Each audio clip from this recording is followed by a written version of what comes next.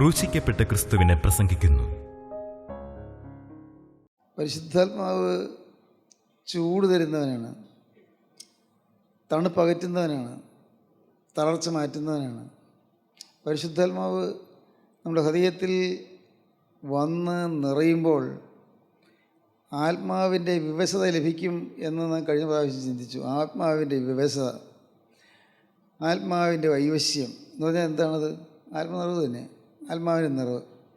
പരിശുദ്ധാത്മാവ് നിറയുമ്പോൾ നാം എല്ലാ ദുഃഖങ്ങളും മറക്കും, എല്ലാ ആകുലങ്ങളും മറക്കും, എല്ലാ ദുരിതങ്ങളും മറക്കും. നമ്മുടെ ക്ഷീണമെല്ലാം മാറും. ദൈവത്തിന് സ്തോത്രം. വചനം ഇറങ്ങുമ്പോൾ, തീയായി വചനം ഇറങ്ങി വരുമ്പോൾ, തീയായി വചനം ഹൃദയത്തിൽ നിറയുമ്പോൾ, അപ്പോൾ ശരീരത്തിൻ്റെ ക്ഷീണമെല്ലാം മാറും. അതിൻ്റെ അനുഭവമാണ്. ദൈവത്തിന് സ്തോത്രം. ഞാനിപ്പോൾ ഈ ചിലപ്പോഴൊക്കെ ചിന്തിക്കും, എന്നും യോഗ ഉണ്ടെങ്കിൽ നല്ലതാണെന്ന്. എന്നും യോഗ ഉണ്ടെങ്കിൽ അങ്ങനെ എന്നും ഈ തീയുടെ ചൂട് അനുഭവിച്ചുകൊണ്ടിരിക്കുക, ക്ഷീണം ഇല്ലാതിരിക്കും. യോഗം ഇല്ലാത്തപ്പോഴാണ് സാധാരണ ക്ഷീണം വരുന്നത്. ഇന്നിപ്പോൾ യോഗം ഉണ്ട്, ഇന്ന് അല്പം കഴിയുമ്പോൾ ക്ഷീണം മാറും, എനിക്കറിയാം. കാരണം പരിശുദ്ധാത്മാവിൻ്റെ തീജ്വാലയുടെ പ്രവാഹം അത് ലഭിക്കുന്നത് ഒരു വലിയ ആനന്ദകരമായ അനുഭൂതിയാണ്, ആനന്ദകരമായ അനുഭവമാണ്. നിങ്ങൾ പ്രാർത്ഥിക്കേണ്ടത് മാത്രമാണ്, കർത്താവേ ഇന്ന് പരിശുദ്ധാത്മാവ് വരണമേ, പരിശുദ്ധാത്മാവ് വരണമേ. ഈ പരിമല തിരുവേനിയെക്കുറിച്ച് ഒരു സംഭവം ഞാൻ കേട്ടിട്ടുണ്ട്.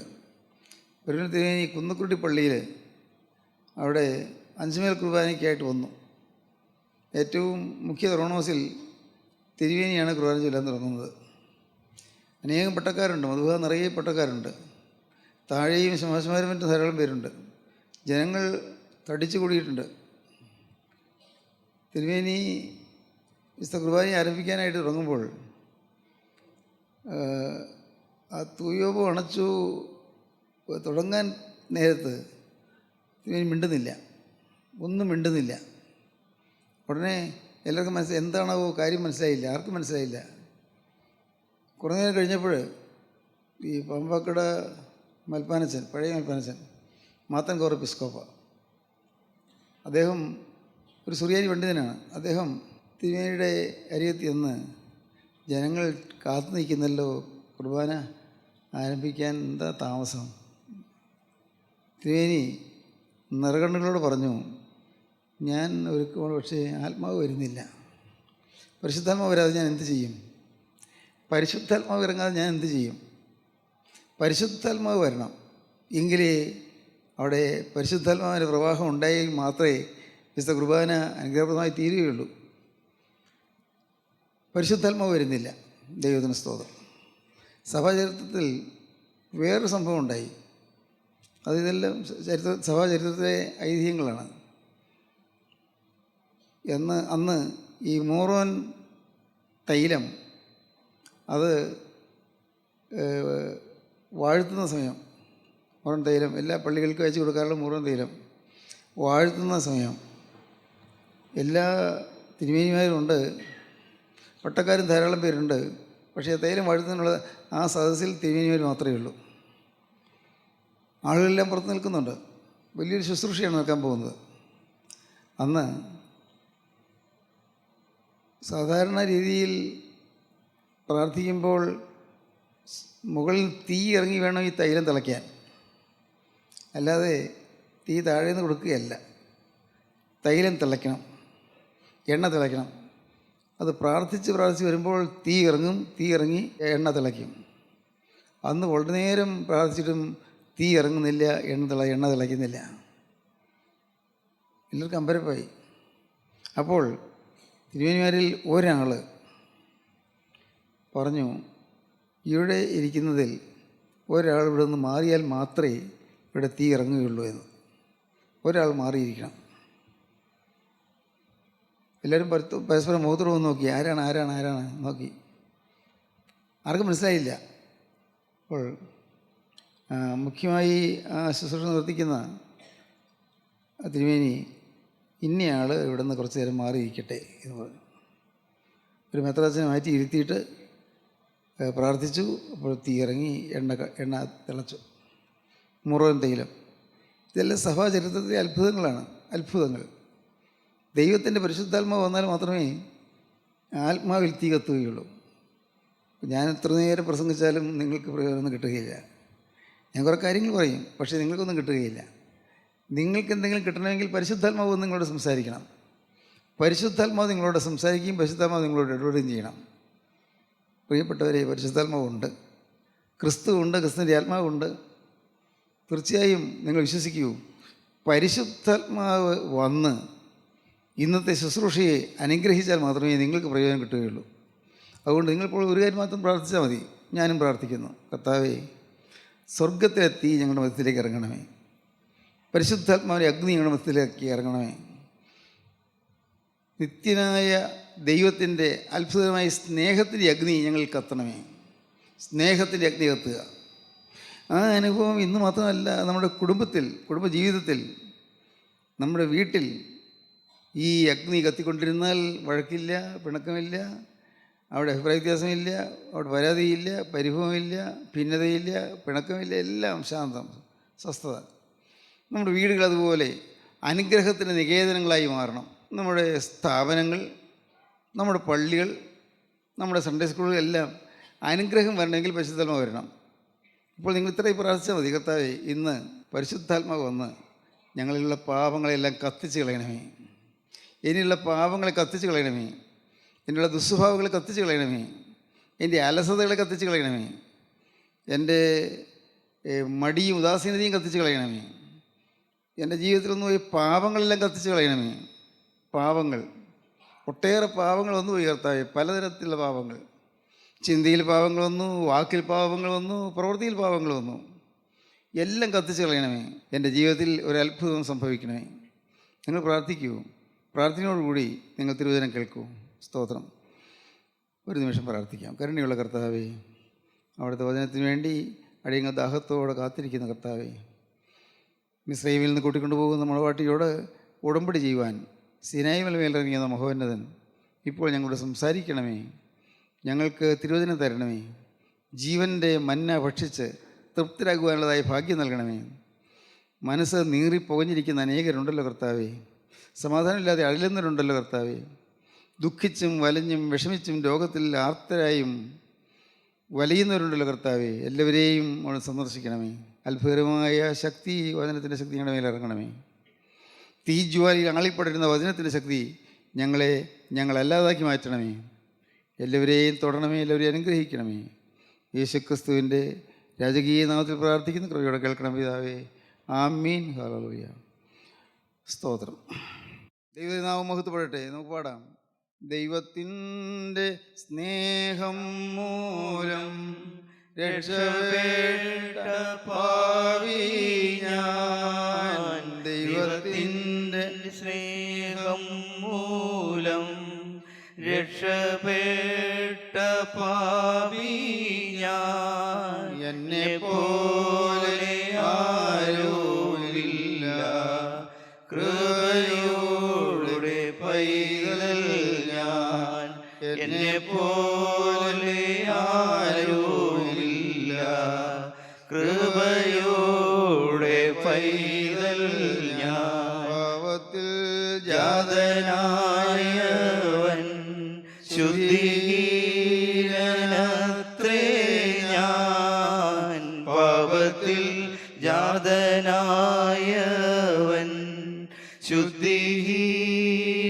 ശുദ്ധീകരണത്രേ ഞാൻ. യേശു എന്നെ സ്നേഹിക്കയാൽ കൃപയോടെ പൈതൽ ഞാൻ. യേശു എന്നെ സ്നേഹിക്കയാൽ കൃപയോടെ പൈതൽ ഞാൻ. ദൈവത്തിന് സ്തോത്രം. നമുക്ക് വായിക്കാം. 29 സങ്കീർത്തനത്തിൻ്റെ 19 വാക്യം മുതൽ. എനിക്കുള്ള നിന്ദയും ലജ്ജയും അപമാനവും നീ അറിയുന്നു. എനിക്കുള്ള നിന്ദയും ലജ്ജയും അപമാനവും നീ അറിയുന്നു. എൻ്റെ വൈരികൾ എല്ലാവരും നിന്റെ ദൃഷ്ടിയിലിരിക്കുന്നു. എൻ്റെ വൈരികളെല്ലാവരും നിന്റെ ദൃഷ്ടിയിലിരിക്കുന്നു. നിന്ന എൻ്റെ ഹൃദയത്തെ തകർത്തു. എൻ്റെ ഹൃദയത്തെ തകർത്തു. ഞാൻ ഏറ്റവും വിഷാദിച്ചിരിക്കുന്നു. ഞാൻ ഏറ്റവും വിഷാദിച്ചിരിക്കുന്നു. വല്ലവനും സഹതാപം തോന്നുമോ എന്ന് ഞാൻ നോക്കിക്കൊണ്ടിരുന്നു. വല്ലവനും സഹതാപം തോന്നുമോ എന്ന് ഞാൻ നോക്കിക്കൊണ്ടിരുന്നു. ആർക്കും തോന്നിയില്ല. ആർക്കും തോന്നിയില്ല. എന്നോട് ആർക്കും സഹതാപം തോന്നിയില്ല. വല്ലവനും സഹതാപം തോന്നുമോ എന്ന് ഞാൻ നോക്കിക്കൊണ്ടിരുന്നു. ആർക്കും തോന്നിയില്ല. ആശ്വസിപ്പിക്കുന്നവരുണ്ടോ എന്നും നോക്കിക്കൊണ്ടിരുന്നു. എനിക്ക് ആശ്വാസം തരാൻ ആരെങ്കിലും ഉണ്ടോ എന്ന് നോക്കി. ആശ്വസിപ്പിക്കുന്നുണ്ടോ എന്ന് നോക്കി. ആരെയും കണ്ടില്ല താനും. ആരെയും കണ്ടില്ല താനും. ദൈവത്തിന് സ്തോത്രം. ആരുടെ കാര്യമാണ് ഈ പറയുന്നത്? കർത്താവിൻ്റെ കാര്യമാണ് പറയുന്നത്. യേശു ക്രിസ്തു ജനിക്കുന്നതിന് 1000 വർഷം മുൻപ് ദാവീദ് രാജാവ് ദീർഘസ്നമായി കണ്ടു യേശു കുരിശിന്മേൽ കിടന്ന് ഏകനായി കരയുന്നത്. എൻ്റെ ദൈവമേ, എൻ്റെ ദൈവമേ, നിന്നെ കൈവിട്ടതെന്ത് എന്ന് പറഞ്ഞ് കരയുന്നത് പ്രവാചകൻ കണ്ടു. ദീർഘസ്യായ ദാവീദ് കണ്ടു. അതാണ് ദാവീദോട് എഴുതിയിരിക്കുന്നത്. പ്രിയപ്പെട്ടവരെ, യേശു ക്രിസ്തു ഏകനായി, ആരോരുമില്ലാതെ, ഒരു നല്ല വാക്ക് പറയാൻ ആരുമില്ലാതെ കുരിശിന്മേൽ കിടന്നു. 2 ഭാഗത്ത് ഓരോ കള്ളന്മാരുണ്ട്. അവരും കർത്താവിനെ പഴിക്കുന്നു, ദൂഷിക്കുന്നു. 2 പേരും ദൂഷിക്കുന്നു. താഴെ നിന്ന് മഹാപുരോഹിതന്മാരും കയ്യാഫാവും ഹന്നാവും തുടങ്ങിയുള്ള മഹാപുരോഹിതന്മാരും മറ്റ് യഹൂദ മേധാവികളും പ്രമാണികളും എല്ലാം യേശുവിനെ ദൂഷിക്കുന്നു, കളിയാക്കുന്നു. താഴെ നിന്ന് ചിലർ പറയുന്നു, നീ ദൈവത്തിനെങ്കിൽ ഇറങ്ങി വായെന്ന് പറയുന്നു.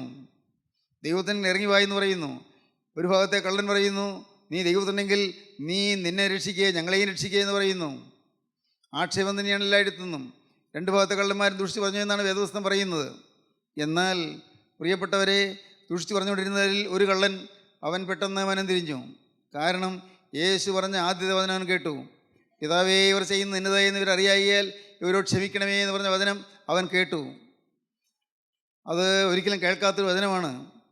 തൻ്റെ മുഖത്തേക്ക് തുപ്പുന്നവർക്ക് വേണ്ടി പ്രാർത്ഥിക്കുന്നു. തൻ്റെ കന്നത്തടിക്കുന്നവർക്ക് വേണ്ടി പ്രാർത്ഥിക്കുന്നു. മുൾമുടി ശിരസിൽ വെച്ച് അടിച്ച് മുൾമുടി, കാരിരുമ്പാടി പോലത്തെ മുൾമുടി തലയിൽ തറച്ച് കയറ്റുന്നവർക്ക് വേണ്ടി പ്രാർത്ഥിക്കുന്നു. കവിളുന്ന് രോമങ്ങൾ പിഴുതെടുത്ത് രോമങ്ങളിൽ രക്തം തുളിക്കുന്നു. അങ്ങനെ തന്നെ ഉദരിക്കുന്നവർക്ക് വേണ്ടി പ്രാർത്ഥിക്കുന്നു. കൈകളും കാലുകളും ആണിയടിച്ച് തകർത്ത് അങ്ങനെ ഉണങ്ങി മരത്തോട് ചേർത്ത് തറച്ചിരിക്കുന്ന തൻ്റെ എതിരാളികൾക്ക് വേണ്ടി പ്രാർത്ഥിക്കുന്നു. തന്നെ ഇപ്പോഴും പരിഹസിക്കുന്നതിന് വേണ്ടി പ്രാർത്ഥിക്കുന്നു. ഇങ്ങനെ കേട്ടിട്ടില്ലല്ലോ ആ പ്രാർത്ഥന.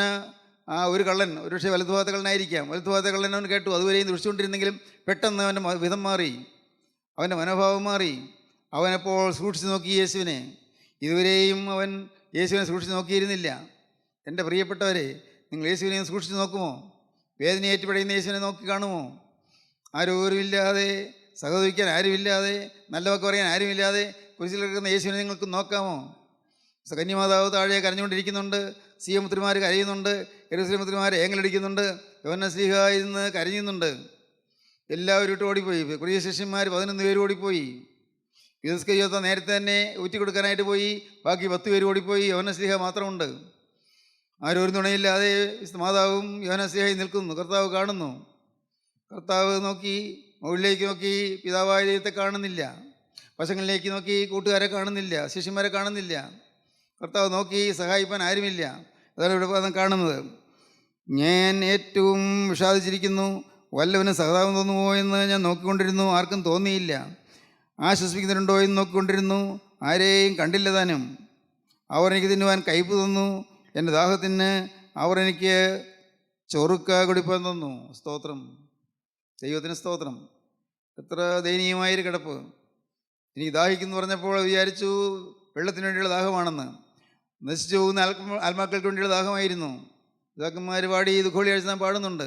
സമുദ്രങ്ങളുടെയും ജലാശയങ്ങളുടെയും ഉടയവൻ, എല്ലാം സൃഷ്ടിച്ചവൻ വെള്ളത്തിന് വേണ്ടി ദാഹിക്കുന്നു എന്ന് പറയുമ്പോൾ അത് കേട്ട് ആഴികളും ആഴങ്ങളും ഞെട്ടിപ്പോയി എന്ന്. ആ സമയം ദയനീയം വിട്ടുമിശിഹാപുരി യെരൂശലേം, രോഗങ്ങളെ അങ്ങാറ്റിയതിൻ പകരം തന്നെ ക്രൂശി ചീടാൻ കൊണ്ടിഹ പോയി ദുഷ്ടന്മാർ. ആ സമയം ദയനീയം നുകരൻ മിശിഹ ജലമർത്തിച്ച ശബ്ദസമൂഹം കടുവീഞ്ഞും കാടിയുമേകി തന്നാദത്താൽ ആഴിയും ആഴവും അഞ്ചി. തൻ്റെ നാദത്താൽ തൻ്റെ ശബ്ദം കേട്ടുകൊണ്ട് സമുദ്രങ്ങൾ സംഭ്രമിച്ചു പോയി, ആഴികൾ അഞ്ചിപ്പോയി, പരിഭ്രമിച്ചു പോയി. ആരാണ് ദാഹിക്കുന്നു പറയുന്നത്? എല്ലാറ്റിൻ്റെയും ഉടയവനും നിർമ്മാതാവുമായ സൃഷ്ടാവായ ദൈവം പറയുന്നത് എനിക്ക് ദാഹിക്കുന്നു എന്ന്. പ്രിയപ്പെട്ടവരെ, കർത്താവായ യേശു ക്രിസ്തു കുരിശുമേൽ കിടന്ന് ദാഹിച്ചു.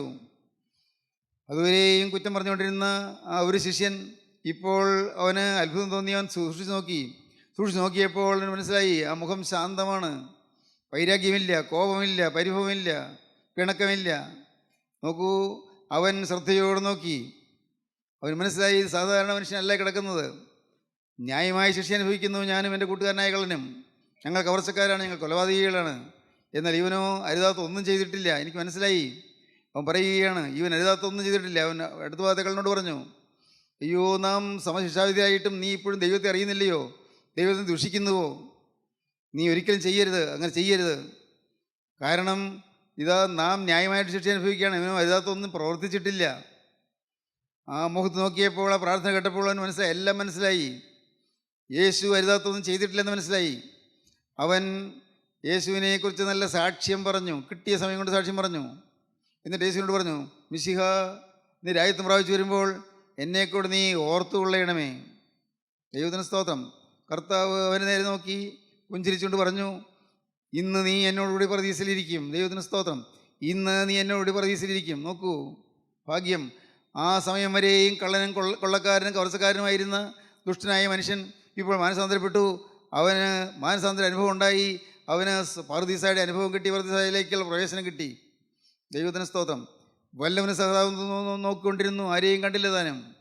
ഇന്ന് പ്രിയപ്പെട്ടവരെ, വർഷങ്ങൾ, നൂറ്റാണ്ടുകൾ കഴിഞ്ഞല്ലോ, 20 നൂറ്റാണ്ടുകൾ പിന്നിട്ടല്ലോ. 21 നൂറ്റാണ്ടിൽ നിന്നുകൊണ്ട് നാം കാണുന്നത് എന്താണ്? കർത്താവ് കുരിശുമേൽ കിടന്ന് ആരെങ്കിലും എന്നെ സഹതാപത്തോടെ നോക്കുന്നുണ്ടോ എന്ന് നോക്കുന്നു.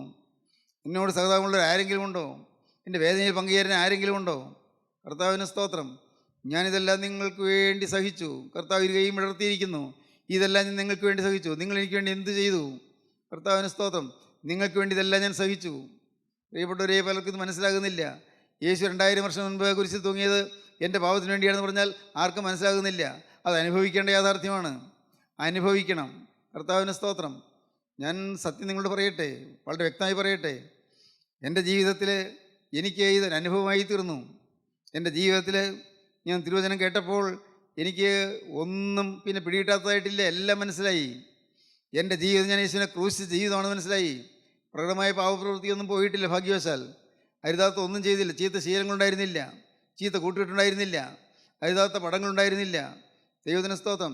അരുതാത്ത അഴുക്കായ കാര്യങ്ങളൊന്നും ഉണ്ടായിരുന്നില്ല.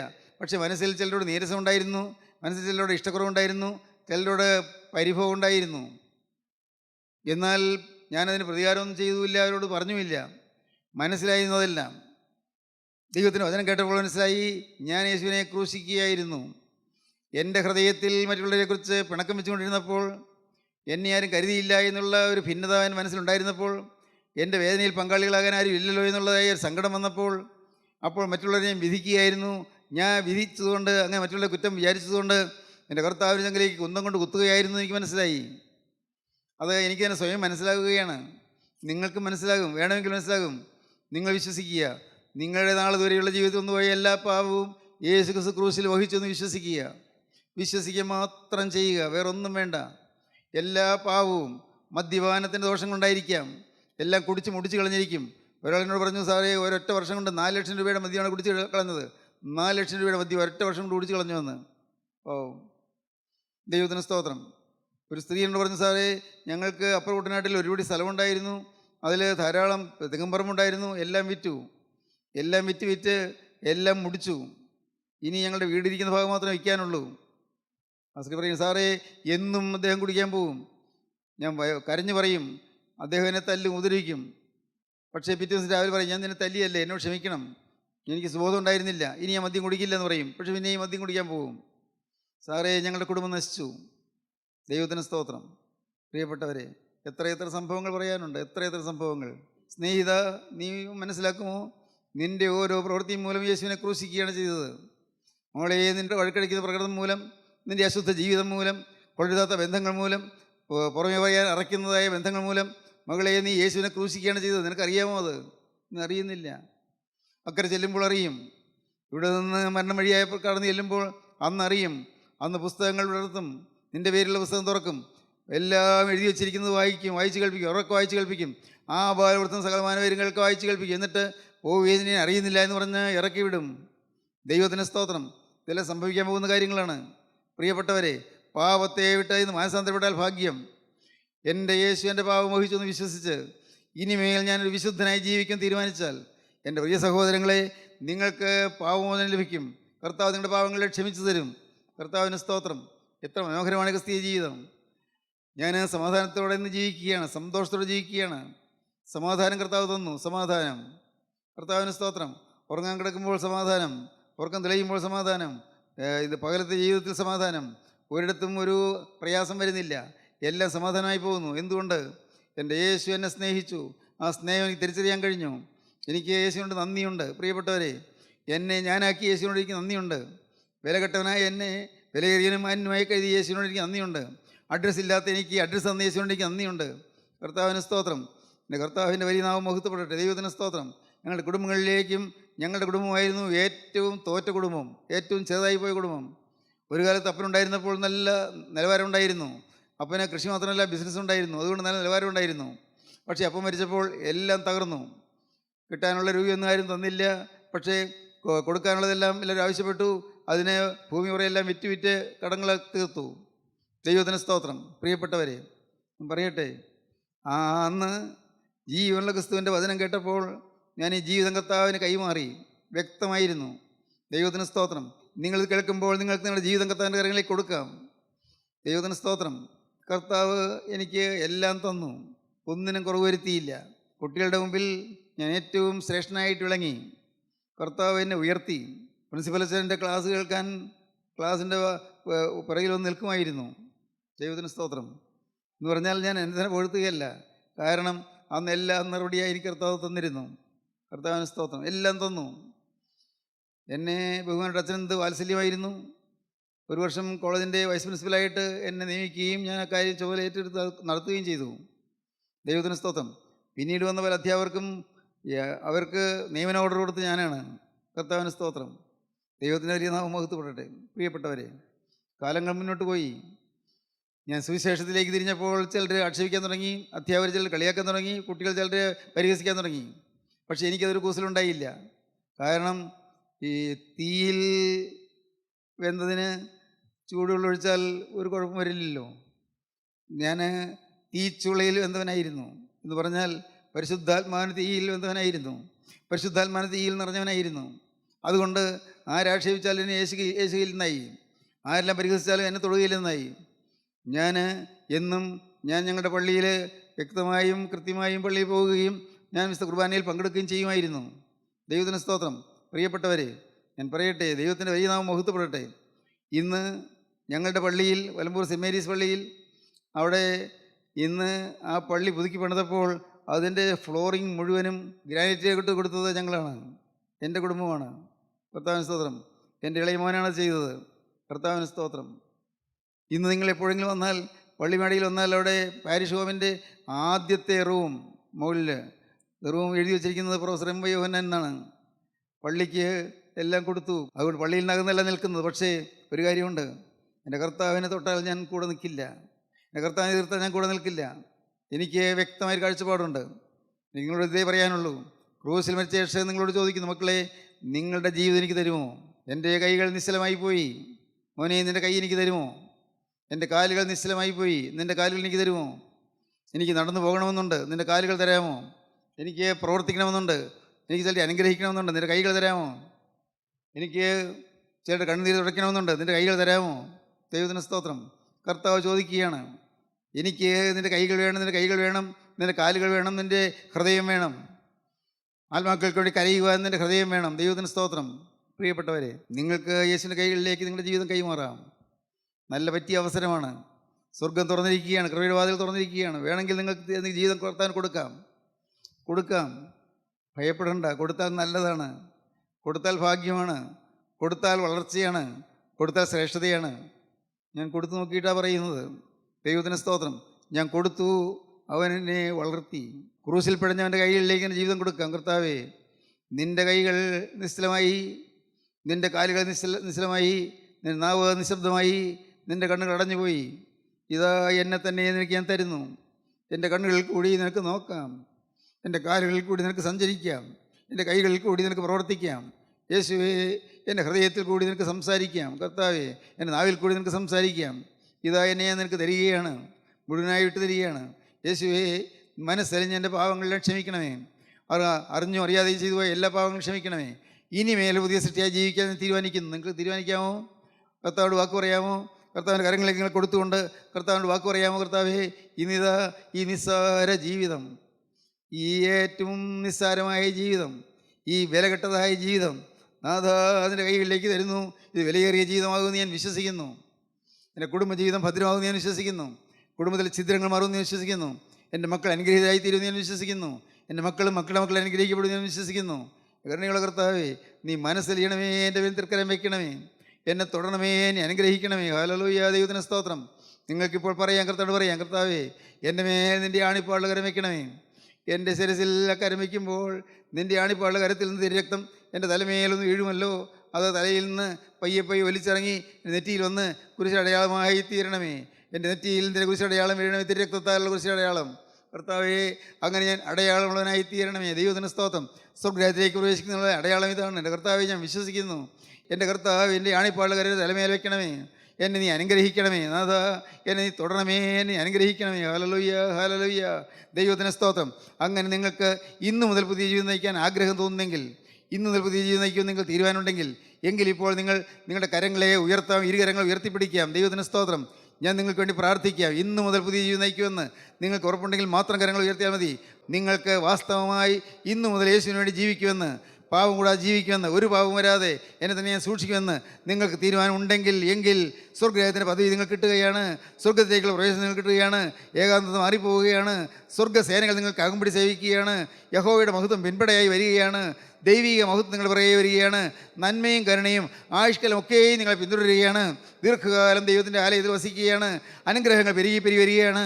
അങ്ങനെ നിങ്ങൾ തീരുമാനിക്കുന്നെങ്കിൽ, ഇന്നു മുതൽ ഞാൻ പുതിയ സൃഷ്ടിയായി ജീവിക്കാൻ തീരുമാനിക്കുന്നെങ്കിൽ, എങ്കിൽ നിങ്ങളുടെ കരങ്ങൾ ഉയർത്തുകയും ഞാൻ നിങ്ങൾക്ക് പറഞ്ഞു തരാം. നിങ്ങൾ ഏറ്റുപറയുക, കരുണയുള്ള കർത്താവേ, നീ എന്നോട് മനസ്സലിയണമേ. എന്റെ യേശുവേ, എന്റെ പാപങ്ങളെല്ലാം ക്ഷമിക്കണമേ. എന്റെ കരുണയുള്ള കർത്താവേ, രക്തത്താൽ എന്നെ കഴുകണമേ. എന്റെ യേശുവേ, നിന്റെ ക്രൂശിലെ രക്തത്താൽ എന്നെ പുതുക്കണമേ, എന്നെ പുതുതാക്കണമേ, എന്നെ പുതിയ സൃഷ്ടിയാക്കണമേ. ഇന്നു മുതൽ യേശുവേ, ഞാൻ നിന്റെ വക. യേശുവേ, ഇന്നു മുതൽ ഞാൻ പുതിയ സൃഷ്ടി. ഇന്നു മുതൽ യേശുവേ, ഞാൻ നിന്റെ സ്വന്തം. Hallelujah, hallelujah, hallelujah, hallelujah, hallelujah, hallelujah, hallelujah, hallelujah, hallelujah, hallelujah, hallelujah, hallelujah, hallelujah. നാം അട്ടഹസിച്ച് പറയണം, പിതാവും പുത്രനും പരിശുദ്ധ റൂഹായുമായവൻ വന്ദിക്കപ്പെട്ടനും സ്തുതിക്കപ്പെട്ടനുമാകുന്നു. ആദ്യം മുതൽ തലമുറ വരെയും തനിക്ക് സ്തുതി. ഹല്ലേലൂയ. ജീവനുള്ള ദൈവമേ, കരുണയുള്ള കർത്താവേ, അവിടുന്ന് ഞങ്ങളുടെ കൂടെ തന്നെ ഉള്ളതിനായി സ്തോത്രം. അടിയങ്ങളുടെ മധ്യത്തിലേക്ക് എഴുന്നള്ളിവരാൻ പ്രസാദിച്ചതിനായി സ്തോത്രം. നിൻ്റെ ഈ മക്കളെ തൊട്ടതിനായി സ്തോത്രം. തീരുമാനത്തോടെ കരങ്ങളിലൂടെ കയറി പിടിച്ചതിനായി സ്തോത്രം. അപ്പോൾ പുതുജന്മത്തിൻ്റെ അനുഭവത്തിൽ ജീവിപ്പാൻ മക്കൾക്ക് എല്ലാവർക്കും ഭാഗ്യം നൽകണമേ. കർത്താവേ, അവിടുത്തെ രണ്ടാമത്തെ ഒരുവനുടെ ഈ മക്കളെ എല്ലാവരെയും ഒരുക്കണമേ. യേശു ക്രിസ്തു വീണ്ടും വരുമ്പോൾ, പരിശുദ്ധന്മാർ പറന്നു ഉയരുമ്പോൾ ആ കൂടെ പറന്നു വരാൻ ഞങ്ങളെ യോഗ്യരാക്കി തീർക്കണം. എല്ലാവരെയും അനുഗ്രഹിക്കണമേ. യേശു ക്രിസ്തുവിൻ്റെ മഹത്വപൂർണ്ണമായ നാമത്തിൽ പ്രാർത്ഥിക്കുന്ന കൃപയോടെ കേൾക്കണം പിതാവേ. ആമീൻ. ഹല്ലേലൂയ.